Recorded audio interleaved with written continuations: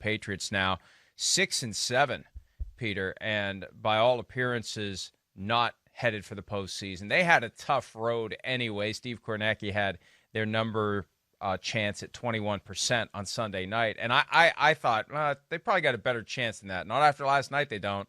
I think it's over. I think even if they win their last three, which with the Bills and the Dolphins on the horizon is no gimme, I think even then 9-7 is not going to be good enough. It's just weird to see and to say that the Patriots, who've been to the playoffs every year since 2008, who've had at least 10 wins every year since 2003, are done. Yeah, and I think last night showed so many things, as painful as they are, that the Patriots needed to see. And on that long plane trip east, that 4.5-hour plane trip to back to New England, I think one of the things that, other than maybe getting some sleep, some of the things that Bill Belichick and his staff really have to think about, I mean, in no particular order, but I'll give you three of them. Number one, obviously the biggest thing is, what are you going to do with the quarterback situation headed into next year? Are you just going to let everything play out and then do pickup sticks in June the way you did this year? Or are you actually going to have a plan and go after a guy now that your cap is in a better situation? Number two, what are you going to do with all these guys who opted out and who want to come back and who you have to pay real money to if they do come back? I'm looking at you, Dante Hightower. I mean, what are the Patriots going to do with all of those players who they probably are going to have to make decisions on? And I think the third thing, Mike, is just the understanding that as great as Bill Belichick, the coach, has been, Bill Belichick, the general manager, deserves as much criticism as Jerry Jones has gotten in recent years. Because Bill Belichick, the general manager, has not put his roster in good position, particularly with the offensive skill players that he knew he had to do in the offseason. And look, when you don't get what I would call a franchise receiver, when you're drafting two guys who've made zero impact to be your tight ends of the future in the third round, there's something problem there. There's some problem there. There's something that might be a little systemic. And if I were Belichick, I would want to examine everything about my personnel acquisition style and substance that has shown this roster to be so far behind the offensive eight ball in the NFL right now. And there's got to be a fascinating story behind this story, because Nick Caserio, the VP of Player Personnel, setting the table for Belichick. Is Belichick ignoring the advice of Caserio, relying too heavily on it? Is there a strong enough balance to Belichick as he has amassed more power and influence and fame and rings to the point where he can pick whoever he wants and no one will say boo because he's such a good coach? And, of course, it's not like anyone from the Patriots is ever going to open up and tell us all these things. But there is reason to believe that there are some intriguing answers behind that thick curtain that the Patriots routinely put up. The curtain is dropping on Cam Newton's time with the Patriots. Here's the quarterback from last night regarding his struggles, and also Bill Belichick on who his quarterback is going forward. We just got to be better, and it starts with me personally. Just have to make more plays. Are you concerned about being benched for next week or anything like that? That's not my call. Just doing what I'm asked. I just have to still go into each and every week with the mentality to keep getting better, and that's what I plan on doing. You're going to stick with Cam next week at quarterback? Yeah, great question, Mike. I'm really glad you asked that. Cam's our quarterback. What has Cam showed you to stick by him so much? He's our quarterback. I think we just answered that one, done. The jerk routine isn't nearly as appealing when you're 6-7, Bill.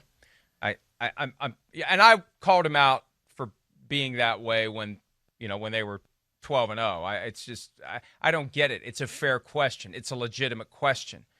When you bench your starter with significant time left in the game, the question of who your quarterback is next week is a fair and appropriate question, Peter.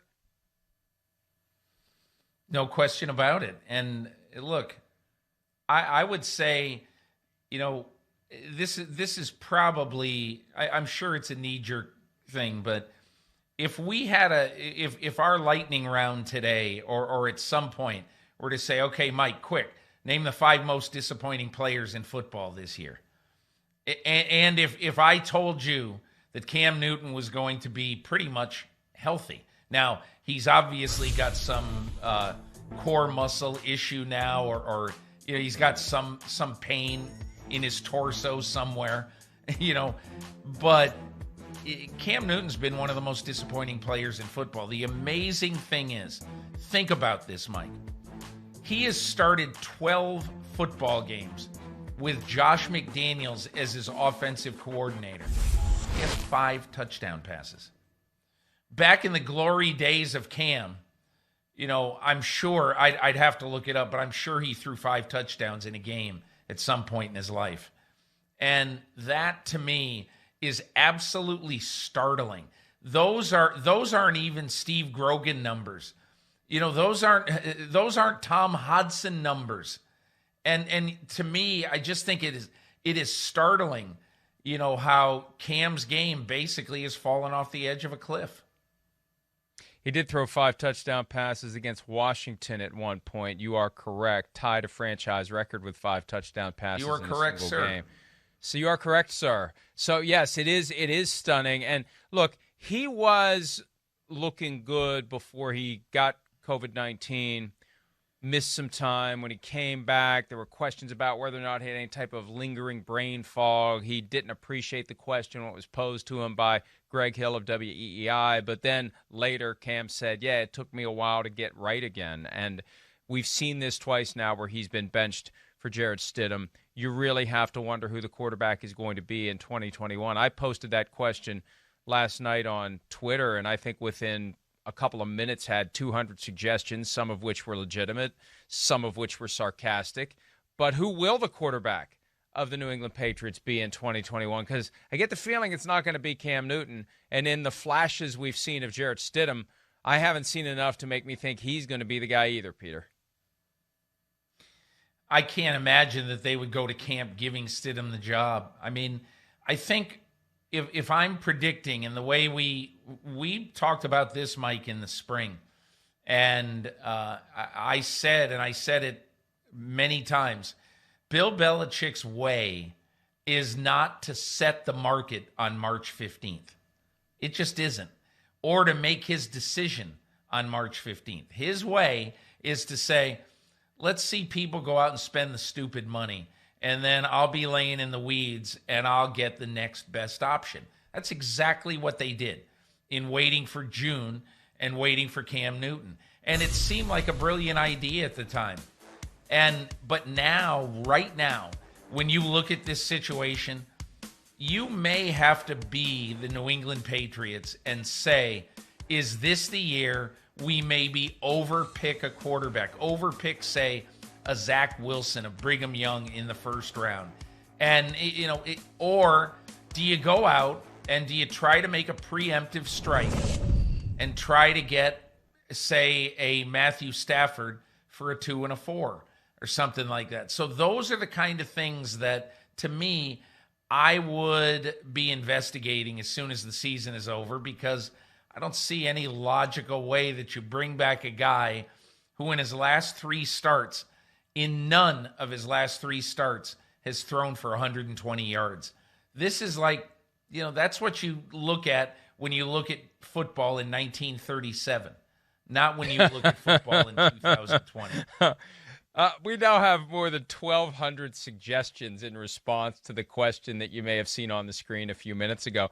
And when I popped on it just now, the first name that came up was Andrew Luck. That is an intriguing rabbit hole down which to venture if that were to happen. I don't think Andrew Luck, who made a quick appearance this week to tout Jacoby Brissett for the Walter Payton Man of the Year, I don't think that's going to happen.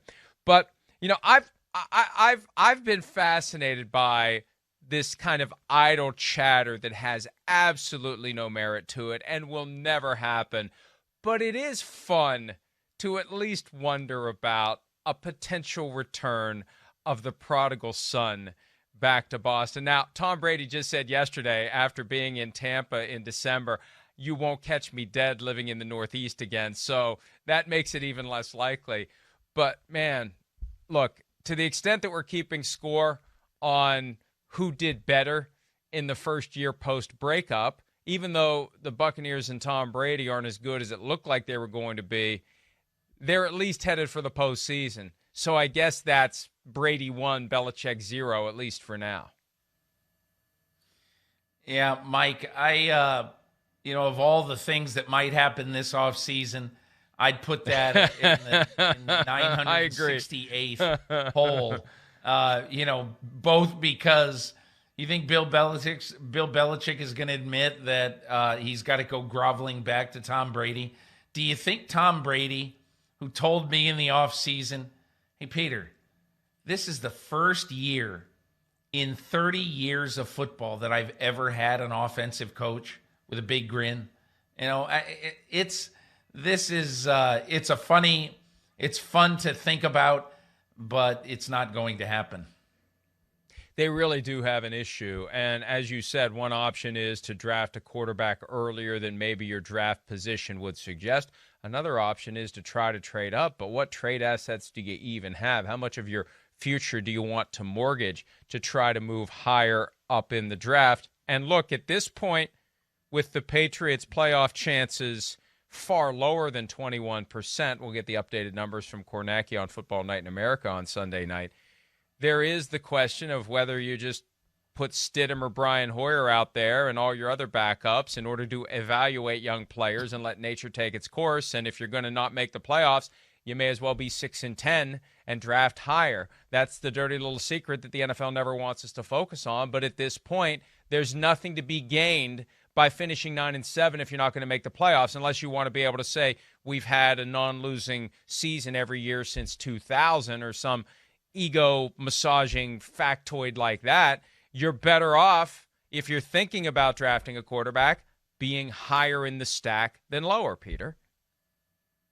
You realize, of course, that if they finish 9-7, they might do extreme damage to the New York Jets, getting Trevor Lawrence to be their quarterback. So, look, there's all sorts of little nefarious scenarios you can think of. I don't think Bill Belichick is going to have any of them. I think he's just going to try to win every one of these games and then just let nature take its course after that. Wherever they're drafting, he's going to draft. And if he needs to spend, I think this is the first time he might seriously consider taking essentially his 2022 number one, which could be a good number one again too. Could be a middle of the round or 13th pick or whatever. But if he could package that along with this year's pick, who knows? Maybe he can move up to number 3 or number 4 and he gets in position to take one of the primo quarterbacks this year. You know, I had a fleeting vision there. January 3, Patriots hosting the Jets. Jets trailing late. I screwed up my vision. Jets trailing late. And then on the last play of the game, the Patriots use a zero blitz, and the Jets get their only win of the season. And the Jaguars get Trevor Lawrence, not the New York Jets. Hi, I'm Mike Tirico, and thanks for watching. Make sure to hit subscribe for the latest news and highlights from NBC Sports.